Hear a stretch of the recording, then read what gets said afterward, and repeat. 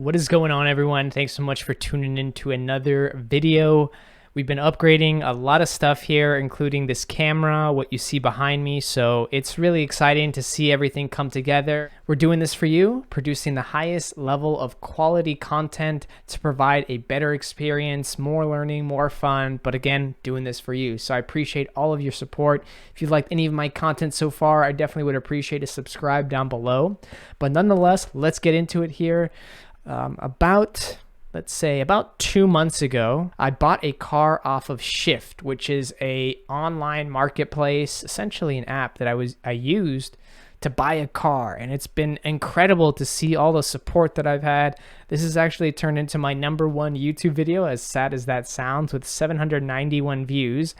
And the reason why I'm doing part 2 is a lot of people wanted to get a little bit more information as far as like pricing, like what did I actually pay for this car, and go a little bit more into depth of like the fees. A lot of people had questions about the Shift service fees, and yeah, so let's get into it here. Here's an email that I got from Shift, and I hope this gives you a good idea as far as what I paid. So I purchased a 2019 Subaru Impreza hatchback. It's a fantastic car, a very reliable car, and I got it with 11,000 miles on it. And so again, a lot of questions that people had was, well, I could get this cheaper, or are there cheaper alternatives? And you know, I think it really comes down to what you value and, you know, the work that you're willing to put in to get the deal that you want. Everyone's looking for a deal. Everyone's looking for a steal. But at the end of the day, are you willing to pay for what you want in time or money or whatever the case may be? So let's break down my Subaru Impreza pricing down below. So this car's MSRP, basically what it was listed as on the app when I scheduled to test drive, was $17,950, which some people could perceive as misleading. But one thing that I really love about Shift is they are transparent as possible. These fees, they kind of give you an estimate if you click down below. So let's actually take an example of this. So when you're on Shift's website and you find a car that you like, it actually has kind of an estimate here as far as how much the car is, $22,500. If you click on this taxes, fees, and Shift, you already have a very transparent breakdown of what the estimated total will be. So obviously the sticker price of the car is $22,000. But if you click on basically a detailed itemization of how much this car is going to cost, you'll see that it's actually going to cost you a little bit more.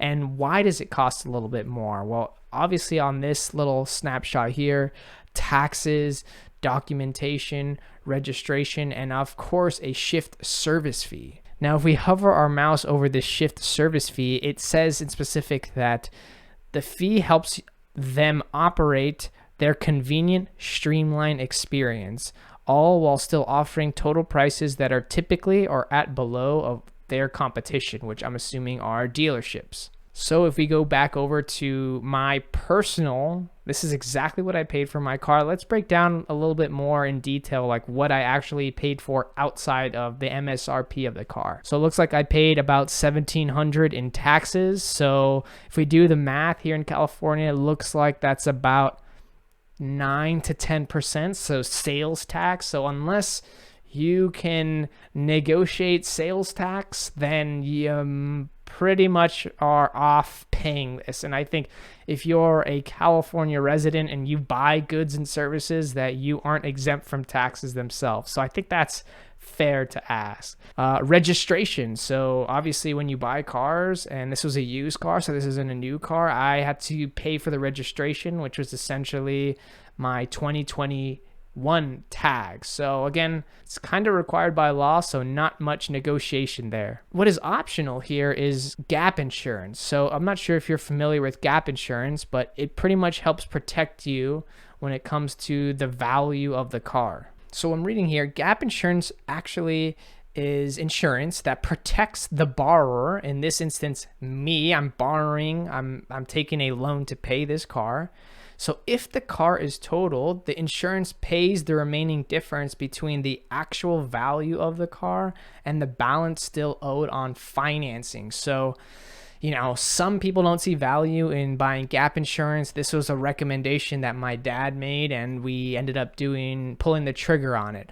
Again, insurance to some people seems like a waste. To others, it comes in necessity, because if I total this car tomorrow, which I hope to God I don't, I'm somewhat protected on top of my full coverage insurance policy that is required because this car is being financed. So again, I could have taken off, an extra $900. So this would put us closer to $20,000 out the door, which I think is still a pretty good deal. But let's keep going here. So the shift service fee, this is a fee. Now, I know a lot of people are kind of skeptical about like fees, especially things that are extra.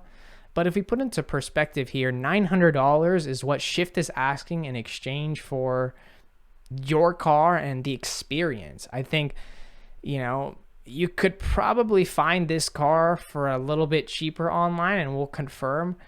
But at the end of the day, buying a car is not easy, and going to dealerships is a pain in the ass. And so you have to ask yourself, what is the most optimal experience for you? How much time are you willing to put in to find a quality car? What's your budget? And, all of these factors come into play. I think at the end of the day, Shift offers a really convenient service. Not only am I able to see a live inventory of cars in real time, but I can request a test drive to my house.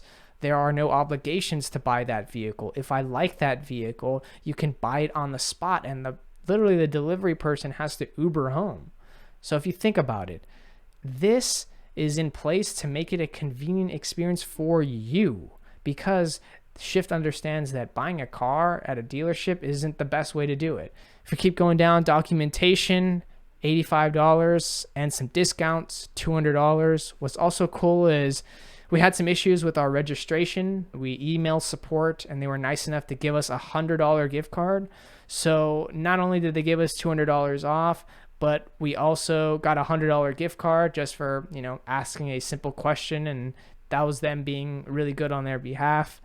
And what's also cool is I secured this car through a private Chase loan. I believe my interest rate is somewhere between like 4.25 to 4.5. And so I'm paying about $247 a month to drive this 2019 Subaru Impreza, which, by the way, is technically a brand new car. It has, 11,000 miles on it when I bought it, has 15,000 miles on it now, a couple months later. But just for shits and kicks, why don't we just look up what a 2019 Subaru Impreza is going for on other listing platforms, just to compare apples to apples. All right, so I just did a quick little Google search of 2019 Subaru Imprezas for sale, and it looks like Carvana, which is a competitor of Shift, a few searches came up. Couple things I'm noticing. The price for these vehicles are pretty identical, but the mileage is not as close. I want to say the closest one here is probably this 2019 Subaru wagon with 11,000 miles, and for $19,999.